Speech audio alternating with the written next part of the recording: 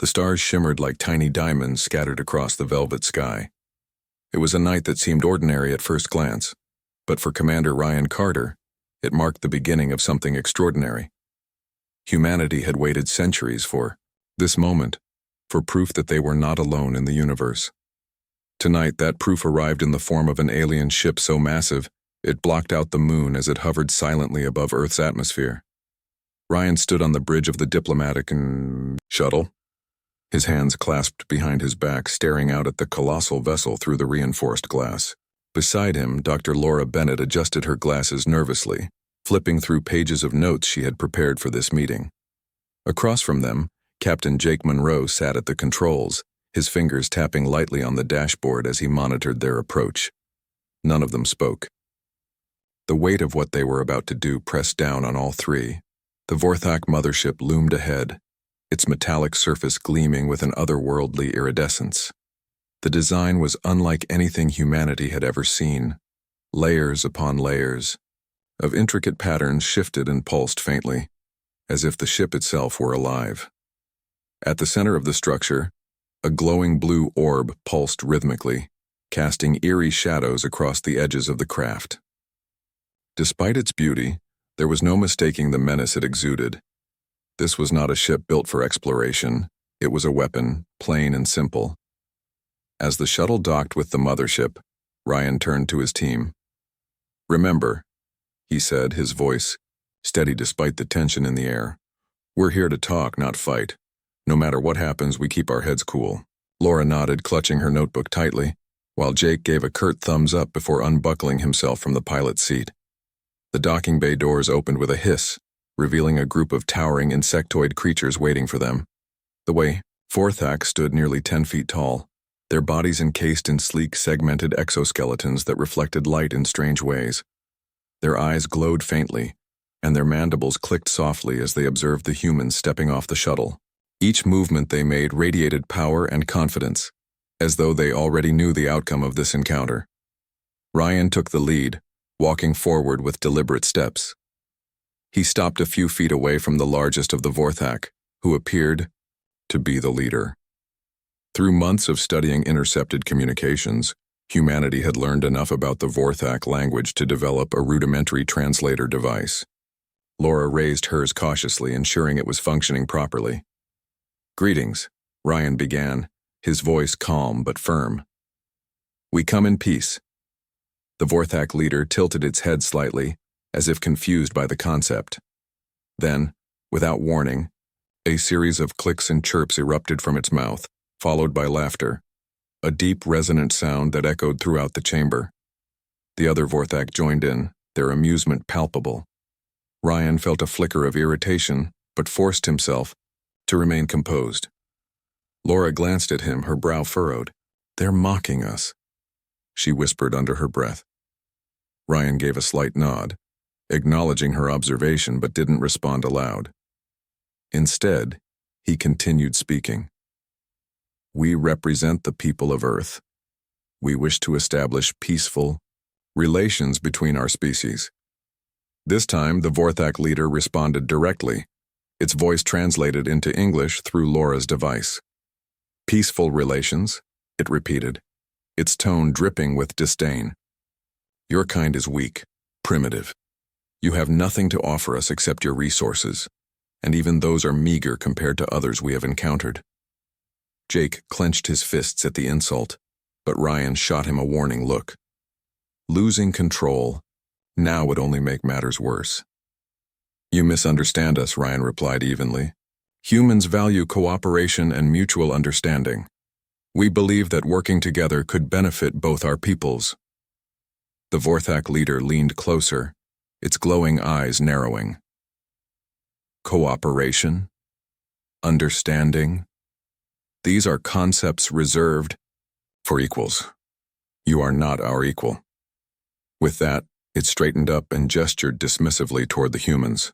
"Leave now, or stay and witness your own insignificance." Ryan swallowed hard, feeling the sting of rejection, but he refused to let it show. "Very well," he said after a pause. "We will return to discuss this further when you are ready to listen." The Vorthak laughed again, louder this time, as if the idea of humanity returning was absurd. As the team turned to leave, Laura couldn't help but mutter under her breath, "They'll regret laughing at us." Back aboard the shuttle, the mood was somber. Jake slammed his fist against the wall in frustration. "Did you hear them? They treated us like bugs," he growled. "If I had my way, I'd show them exactly what we're capable of." "And accomplish what?" Ryan snapped, his patience wearing thin. "Starting a war we can't win? No, we stick to the plan. For now, we play the diplomat card. But trust me, Jake, they haven't seen the full picture yet." Laura looked up from her notes, her expression thoughtful. "There's something odd about their language," she said. "It's complex, layered, almost mathematical. If we can crack it, maybe we'll find weaknesses we can exploit." Ryan nodded slowly. "Good thinking. Keep working on it. In the meantime, we prepare for whatever comes next." As the shuttle descended back toward Earth, none of them noticed the small drone hidden within the shuttle's hull.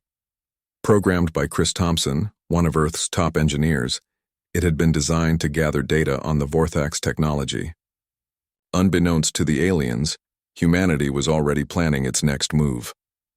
On Earth, President Megan Hayes watched the live feed of the failed negotiation from her office in Washington, D.C. Her face remained impassive, but her knuckles whitened as she gripped the edge of her desk. When the transmission ended, she pressed a button on her phone. "General Mitchell," she said firmly, "it's time to activate Operation Game Face." In a secure underground facility, General Paul Mitchell received the order. He turned to Lieutenant Sarah Dawson and Engineer Chris Thompson, who were standing by. "You heard the President," he said. "Get everything ready. The Vorthak think they've won. Let's show them why they're wrong."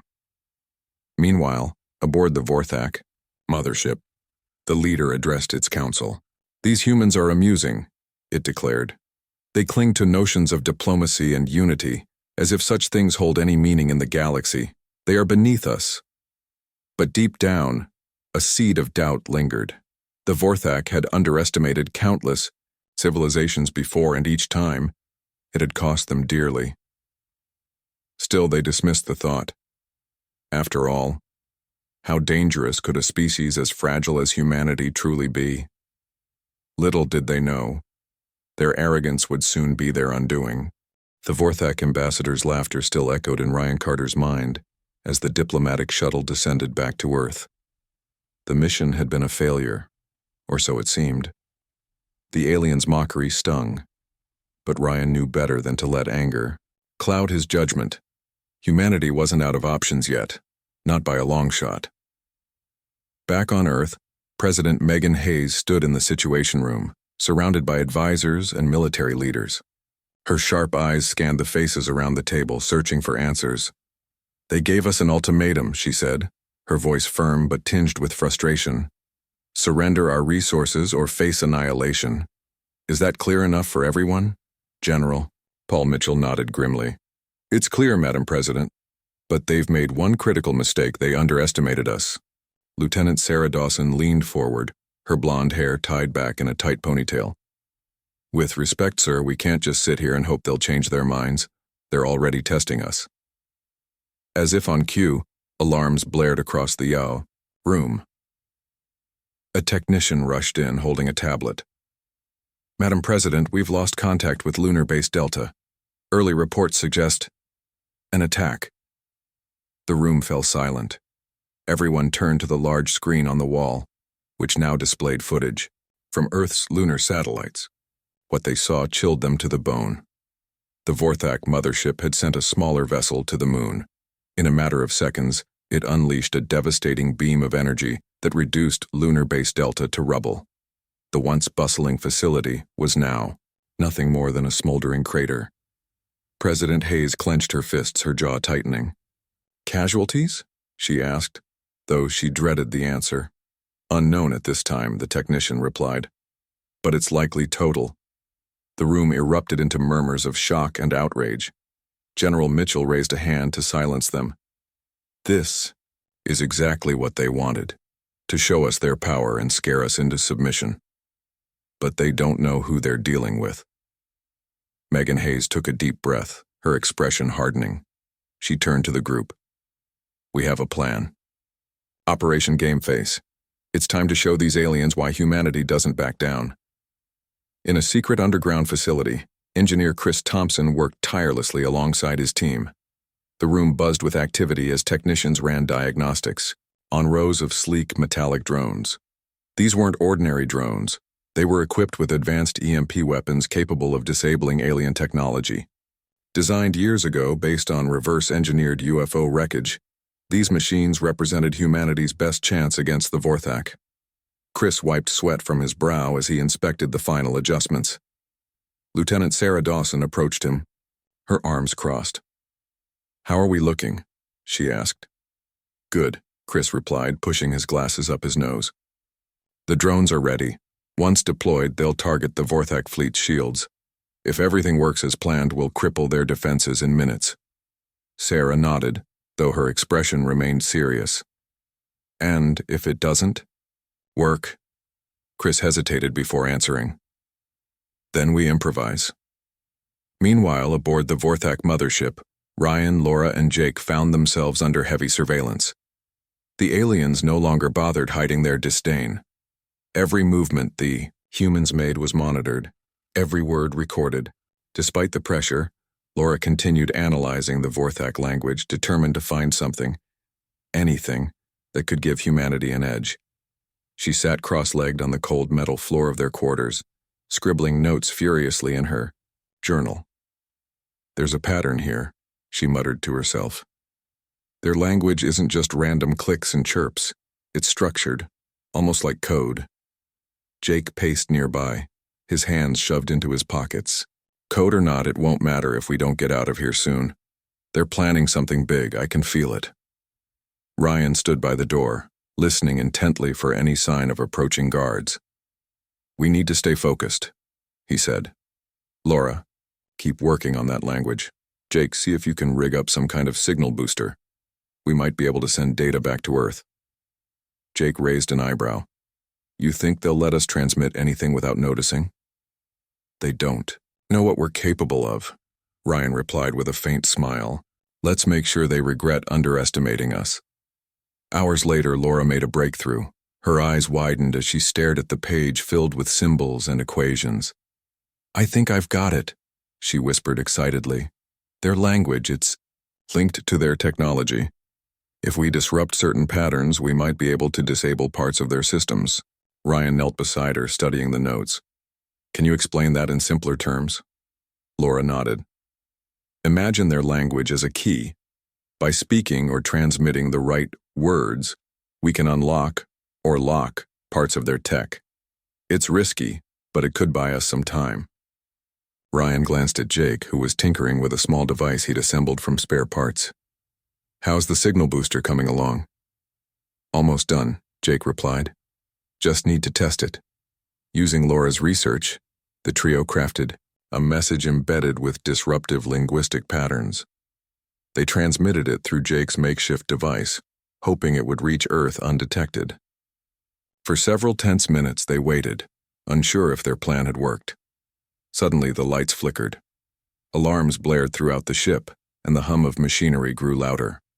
The Vorthak guards outside their quarters scrambled, shouting orders in their native tongue. Ryan exchanged a glance with his teammates. "Whatever just happened," he said. "It bought us a little breathing room." On Earth, General Mitchell received the intercepted transmission.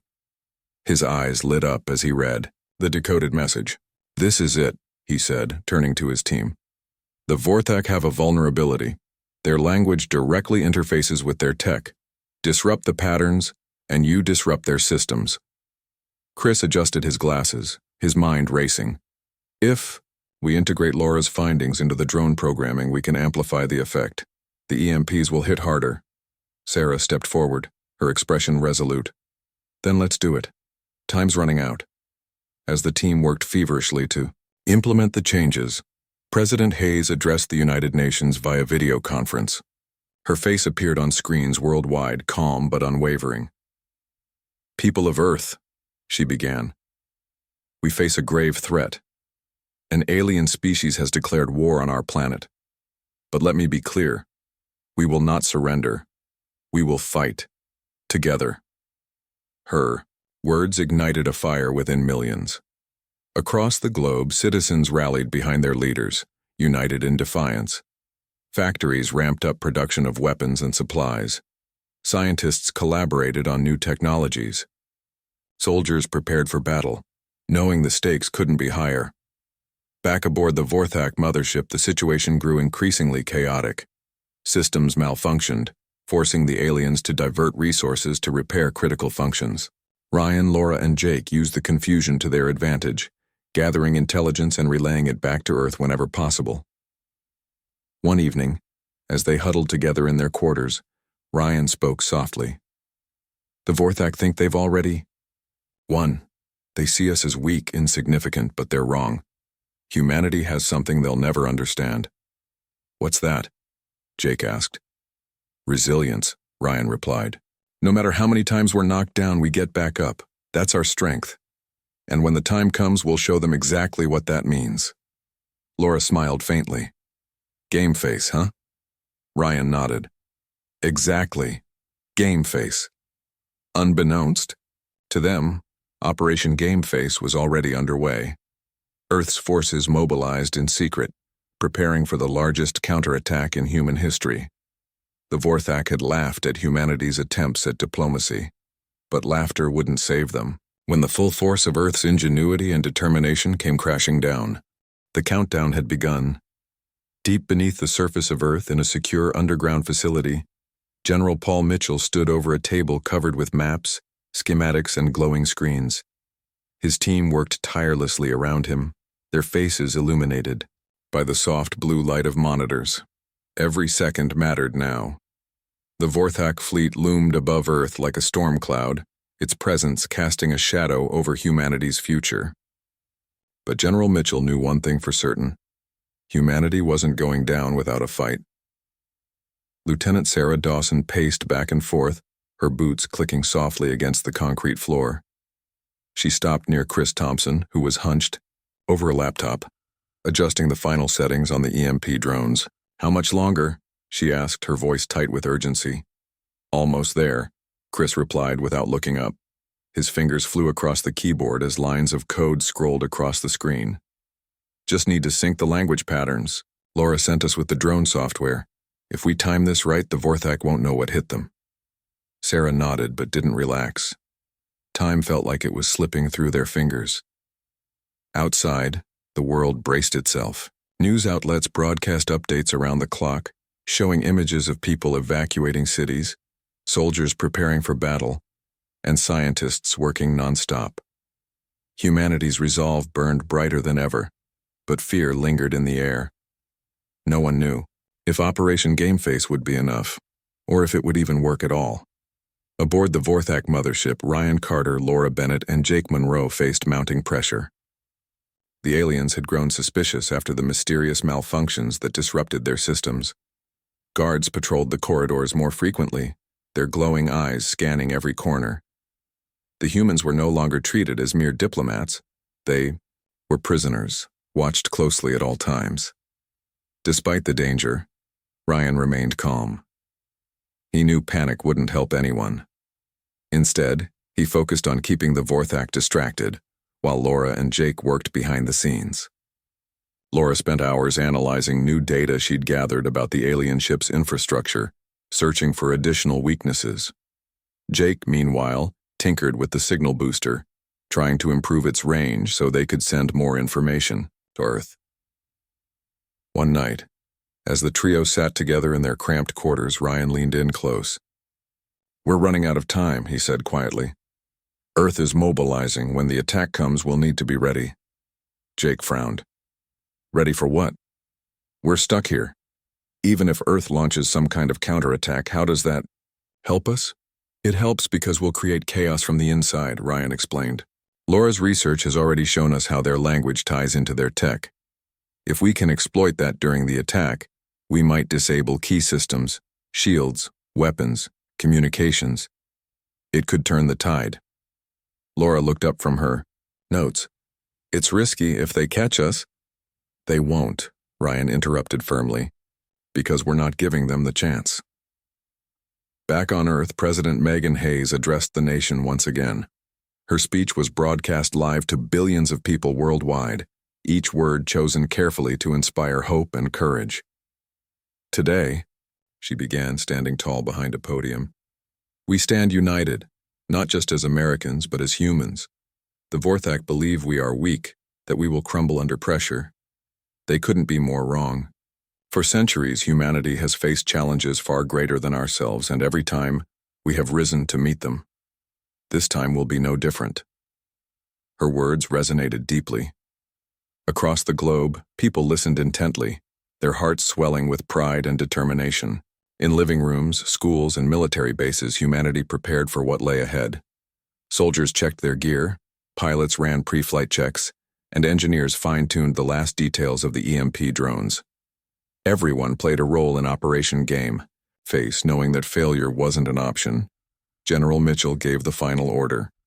Deploy the drones, he instructed, his voice steady despite the weight of responsibility on his shoulders. Coordinate with the fleet. Timing is everything. Chris pressed a button on his console, and dozens of sleek metallic drones launched into space. They moved silently, their engines barely making a sound as they approached the Vorthak fleet. Each drone carried a payload designed to emit powerful electromagnetic pulses, capable of disabling alien technology. Combined with Laura's linguistic patterns, these EMPs would wreak havoc on the Vorthak systems. As the drones neared their targets, Lieutenant Sarah Dawson led a squadron of fighter jets into position. Her hands gripped the controls tightly as she guided her aircraft toward the enemy ships. Around her, other pilots formed a protective formation, ready to engage if necessary. The tension in the cockpit was palpable, but Sarah pushed it aside. She had a job to do, and she wasn't going to let anyone down. Meanwhile, aboard the Vorthak mothership, alarms blared suddenly, startling the crew. Lights flickered, and machinery groaned as systems began to fail. The aliens scrambled to identify the source of the disruption, shouting orders in their strange, clicking language. Chaos erupted throughout the ship. Ryan, Laura, and Jake seized the opportunity. Using the signal booster, they transmitted another disruptive message, embedding Laura's linguistic patterns into the ship's communication network. The effect was immediate. Panels sparked, screens went dark, and entire sections of the ship powered down. The Vorthak guards stationed outside the humans' quarters rushed off to deal with the crisis, leaving the area unguarded. Now's our chance, Ryan whispered urgently. He grabbed a makeshift weapon, a piece of metal pipe, and motioned for Jake and Laura to follow him. Moving quickly and quietly, they slipped out of their quarters and headed toward the control room. If they could access the ship's main systems, they could cause even more damage. The corridors were dimly lit, filled with the sounds of confusion and panic. Alien workers darted past, too preoccupied to notice the three humans sneaking through the shadows. Laura clutched her notebook tightly, her mind racing as she calculated the best way to sabotage the ship's operations. Jake kept watch, alert for any sign of danger. When they reached the control room, Ryan hesitated for only a moment before kicking open the door. Inside, a group of Vorthak technicians frantically tried to restore power. Without hesitation, Ryan charged forward, swinging the metal pipe with precision. Jake joined him, using brute force to knock the aliens aside. Laura hurried to a nearby console, typing furiously as she uploaded her disruptive codes. "You've got 30 seconds, Jake shouted, fending off an angry Vorthak guard. "I'm almost done," Laura replied, her fingers flying across the keyboard. With a final keystroke, she initiated the program. The lights in the control room flickered violently, then went out completely. A low hum filled the air as the ship's system shut down entirely. "Let's go," Ryan yelled, grabbing Laura's arm. The trio sprinted back toward their quarters, dodging stunned aliens and navigating the darkened halls. Behind them, the mothership groaned ominously, its massive frame shuddering as critical functions failed. In space, the EMP drones reached their targets. One by one, they unleashed their payloads, bathing the Vorthak fleet in waves of electromagnetic energy. Shields flickered and collapsed, weapons systems sputtered, and communication arrays fell silent. The once mighty alien ships drifted helplessly, vulnerable to Earth's forces. Lieutenant Sarah Dawson signaled the attack. "All units, move in," she commanded over the radio. Fighter jets swooped down, firing missiles at the disabled vessels. Explosions lit up the darkness of space as the Vorthak fleet suffered heavy losses. Pilots cheered as they took out enemy ships, their confidence soaring with each successful strike. On Earth, people watched the battle unfold on live feeds, holding their breath as humanity fought back against overwhelming odds. For the first time since the Vorthak arrived, hope replaced fear. The aliens had laughed at human diplomacy, dismissed humanity as insignificant, but now they were learning the hard way that Earth wasn't so easy to conquer. Inside the Vorthak, Mothership, Ryan, Laura, and Jake huddled together, listening to the distant sounds of destruction.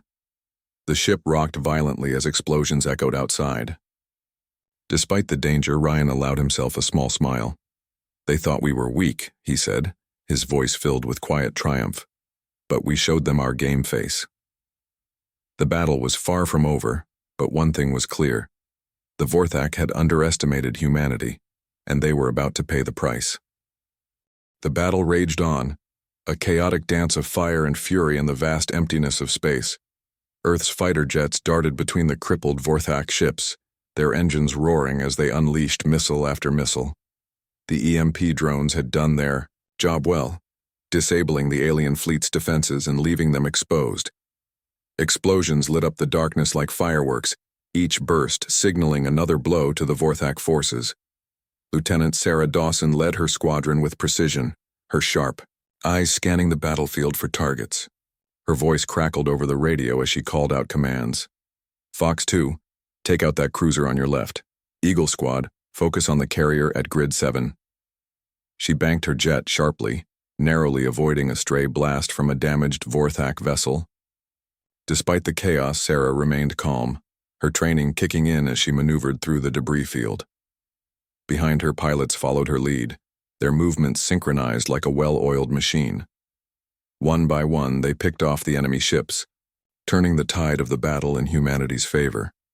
The Vorthak fought back fiercely, desperate to regain control, but their efforts were disorganized and ineffective. Their arrogance had blinded them to the possibility of resistance, and now they paid the price for underestimating their opponents. On board the Vorthak mothership, Ryan Carter, Laura Bennett, and Jake Monroe struggled to survive amidst the chaos. The massive ship groaned and shuddered as explosions rocked its hull. Emergency lights flickered weakly, casting eerie shadows across the corridors. The trio moved cautiously, trying to avoid detection by the panicked alien crew. Ryan took point, his makeshift weapon gripped tightly in his hands. "We need to find a way off this thing," he said, glancing over his shoulder at Laura and Jake. "If the mothership goes down, we're not sticking around to see it." Jake nodded, his face grim. "Any ideas?" Laura adjusted her glasses, her mind racing.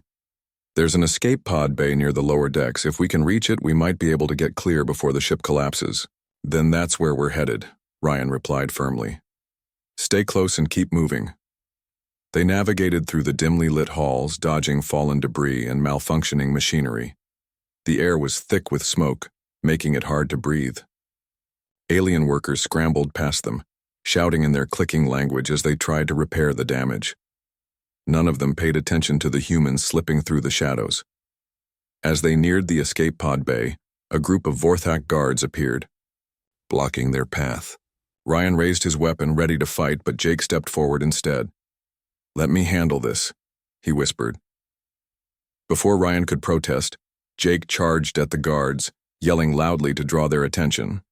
Startled, the aliens turned toward him, giving Ryan and Laura the chance to slip past unnoticed.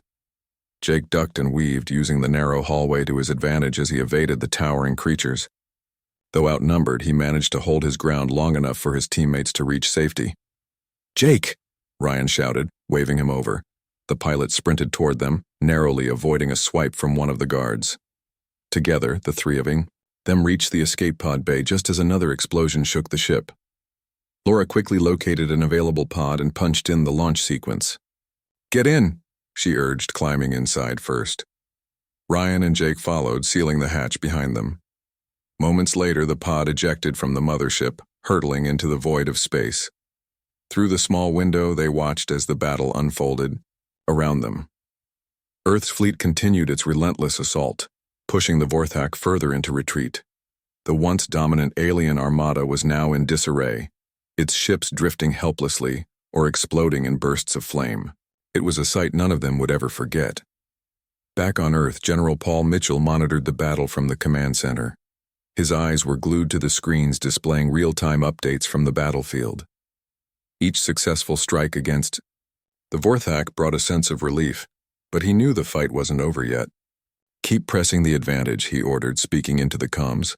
"Don't let them regroup." Lieutenant Sarah Dawson acknowledged the order, her voice steady, despite the adrenaline coursing through her veins. "Copy that, General. We're finishing this." Her squadron executed a daring maneuver, splitting into two groups to flank the remaining Vorthak ships.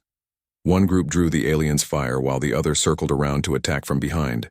Caught off guard, the Vorthak struggled to defend themselves, their numbers dwindling rapidly. Sarah's jet soared past a burning alien cruiser, its hull ruptured and spewing flames. She allowed herself a brief moment of satisfaction before refocusing on the mission. Humanity had proven itself capable of standing toe-to-toe with an advanced alien species, and winning. As the battle wore on, the Vorthak ambassador aboard the mothership realized the gravity of the situation. His glowing eyes widened in shock as he watched his fleet crumble under Earth's relentless assault. For the first time, doubt crept into his mind. These humans were supposed to be primitive, insignificant. How had they managed to turn the tables so decisively?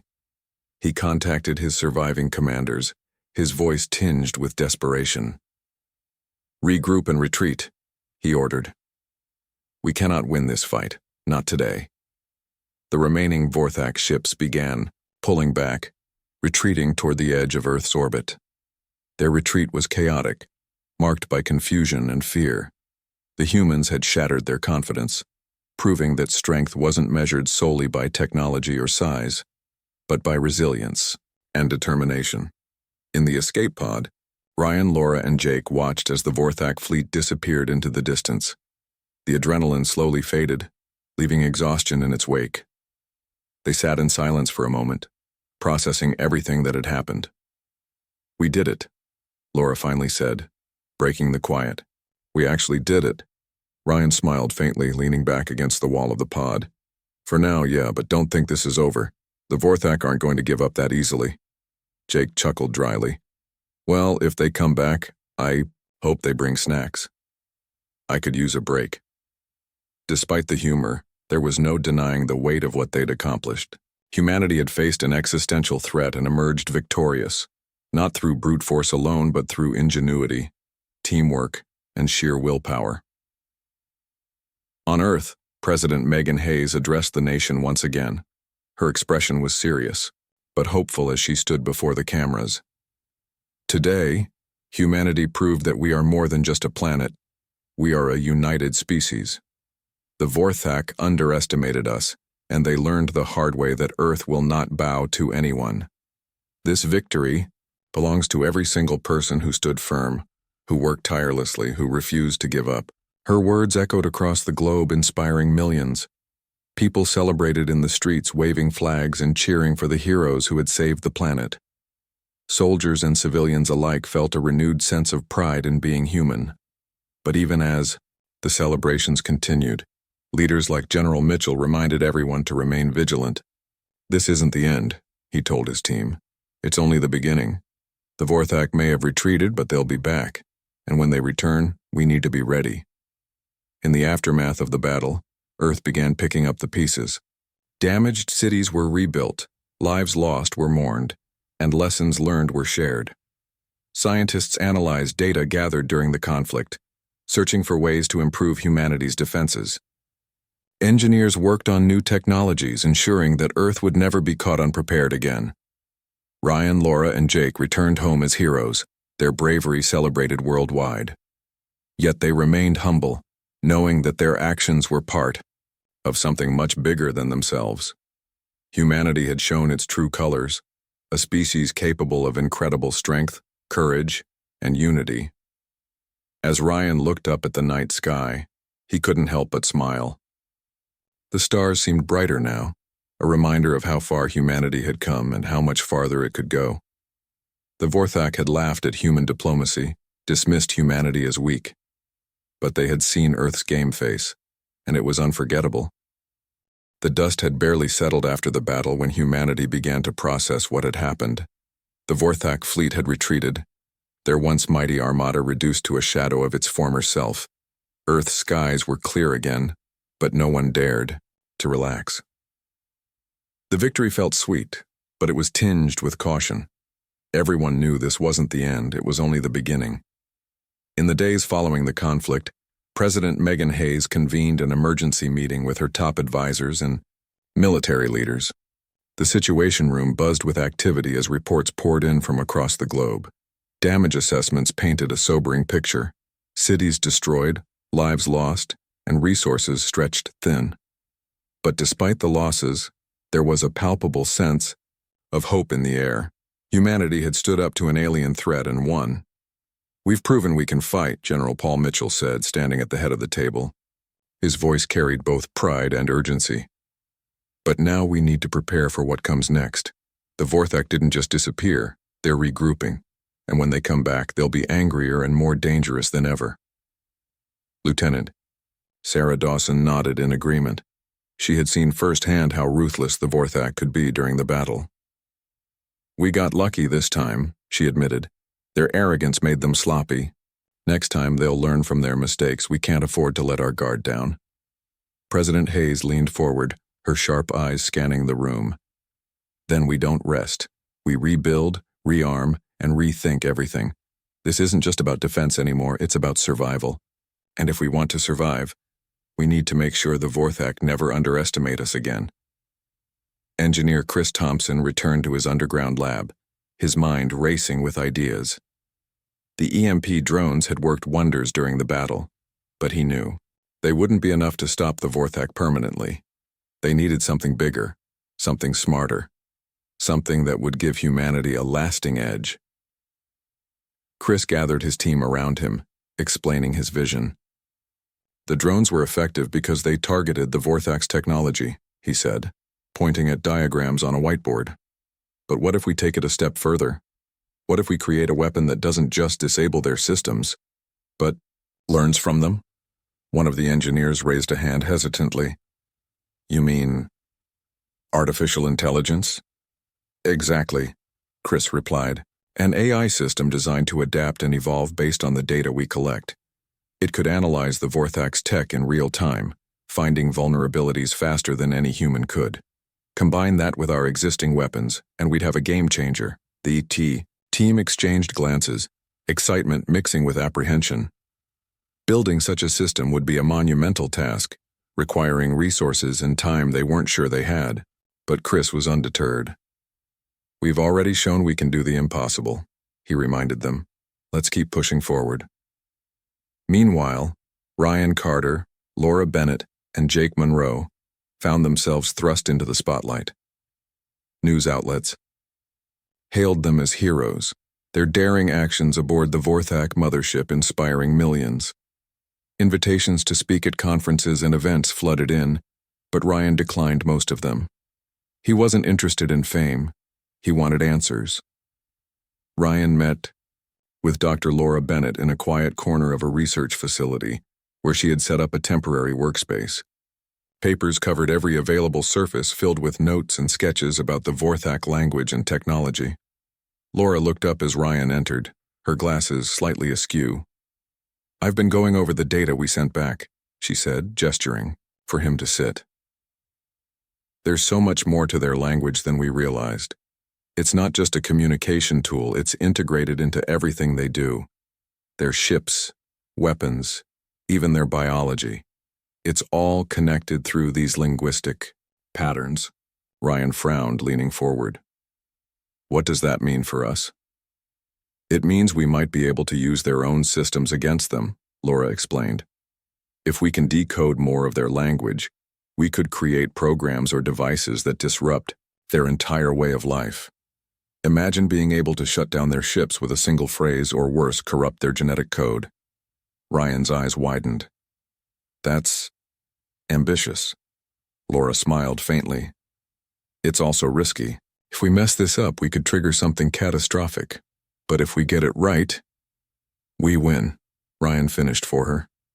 He sat back, rubbing his temples. How long will it take? Months, maybe years, Laura admitted. But every day counts. The sooner we understand them, the better prepared we'll be. Jake Monroe spent his days helping coordinate Earth's defenses, working closely with pilots and engineers to improve their strategies. He hated sitting still, especially now that the adrenaline of the battle had worn off. Every idle moment reminded him of how close humanity had come to disaster.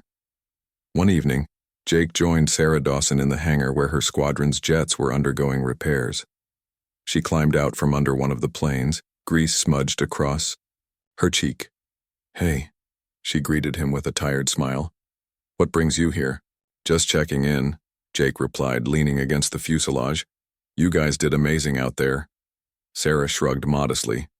We did what we had to do, but I'm worried about next time. Those EMP drones won't catch them off guard again. No, Jake said, which is why we need to think ahead. Maybe we should focus less on hitting them hard and more on staying unpredictable. Keep them guessing. Sarah tilted her head thoughtfully. Like guerrilla tactics? Exactly, Jake agreed. Hit fast, hit hard, then disappear before they can retaliate. If we can keep them on the defensive, we'll have the upper hand. Sarah nodded slowly. It's worth considering. I'll run it by the general. As humanity worked to strengthen its defenses, the Vorthak licked their wounds in deep space. Their retreat had been humiliating, a stark reminder of their miscalculation. The ambassador paced angrily in his quarters aboard the surviving command ship, replaying the battle in his mind. How had things gone so wrong? His second-in-command approached cautiously, clicking softly in their native tongue. Sir, our analysts have reviewed the data. The humans exploited weaknesses in our systems. Weaknesses we didn't even know existed. The ambassador snarled, slamming a clawed hand against the wall. Weaknesses caused by arrogance. We dismissed them as insignificant, and look where it got us. Yes, sir, the subordinate replied quickly. But there is good news. Our scientists believe they can counter the humans' tactics. With time, we can fortify our defenses and return stronger than before. Good, the ambassador growled. Because I will not tolerate failure again. When we return, we crush them completely. Back on Earth, President Hayes addressed the United Nations, calling for global unity in the face of the ongoing threat. Her speech resonated deeply, urging nations to put aside differences and work together. This isn't just about protecting our planet, she said. It's about proving that humanity is capable of greatness, even in the darkest of times. Her words inspired action. Countries pooled resources, sharing technology and intelligence to bolster Earth's defenses. Scientists collaborated across borders, exchanging ideas and breakthroughs. Soldiers trained harder than ever, preparing for the possibility of another invasion. Humanity had faced its first true test against an alien species and passed. But everyone understood that the road ahead would be long and difficult. The Vorthak weren't gone, they were regrouping. And when they returned, humanity would need to be ready. For now, though, there was a sense of pride in what had been achieved. The aliens had laughed at human diplomacy, mocked humanity's attempts at peace. But they had seen Earth's game face and learned that humanity wasn't so easily defeated. Months passed since the battle, and Earth had changed in ways both subtle and profound.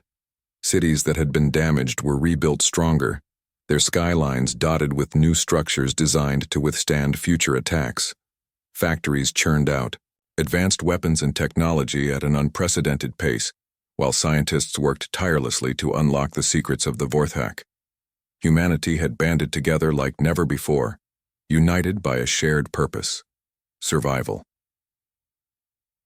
In the quiet moments when the adrenaline of the battle had faded, people began to reflect on what they had accomplished. The victory over the Vorthak wasn't just about defeating an alien fleet. It was about proving something to themselves. For centuries, humanity had looked to the stars and wondered if they were alone. Now, they knew the answer. And they also knew they could stand toe-to-toe with whatever the universe threw at them. Ryan Carter stood on the balcony of his apartment, staring up at the night sky. The stars twinkled faintly, distant and cold, but Ryan felt a strange sense of connection to them now. He thought about the Vorthak retreating into the depths of space, regrouping for another attempt. Would they come back? Of course they would. But Ryan wasn't afraid. Earth had shown its strength, and he believed humanity was ready for whatever came next. Laura Bennett continued her work decoding the Vorthak language, poring over data day and night. Her small office was cluttered with papers, notebooks, and glowing screens displaying complex patterns. She barely noticed the mess. Her mind was too focused on the task at hand. Each breakthrough brought her closer to understanding the alien systems and how to dismantle them. One evening, as she sat hunched over her desk, Chris Thompson knocked lightly on the door before stepping inside. "Hey, Laura," he said, holding up a tablet. "I think you'll want to see this." Laura looked up, adjusting her glasses. "What is it?" "We ran some simulations using your latest findings," Chris explained, handing her the tablet. "If we integrate these linguistic patterns into our AI system, we might be able to disrupt the Vorthak's communication networks on a massive scale. It wouldn't just disable individual ships, it could cripple their entire fleet." Laura's eyes widened as she scanned the data.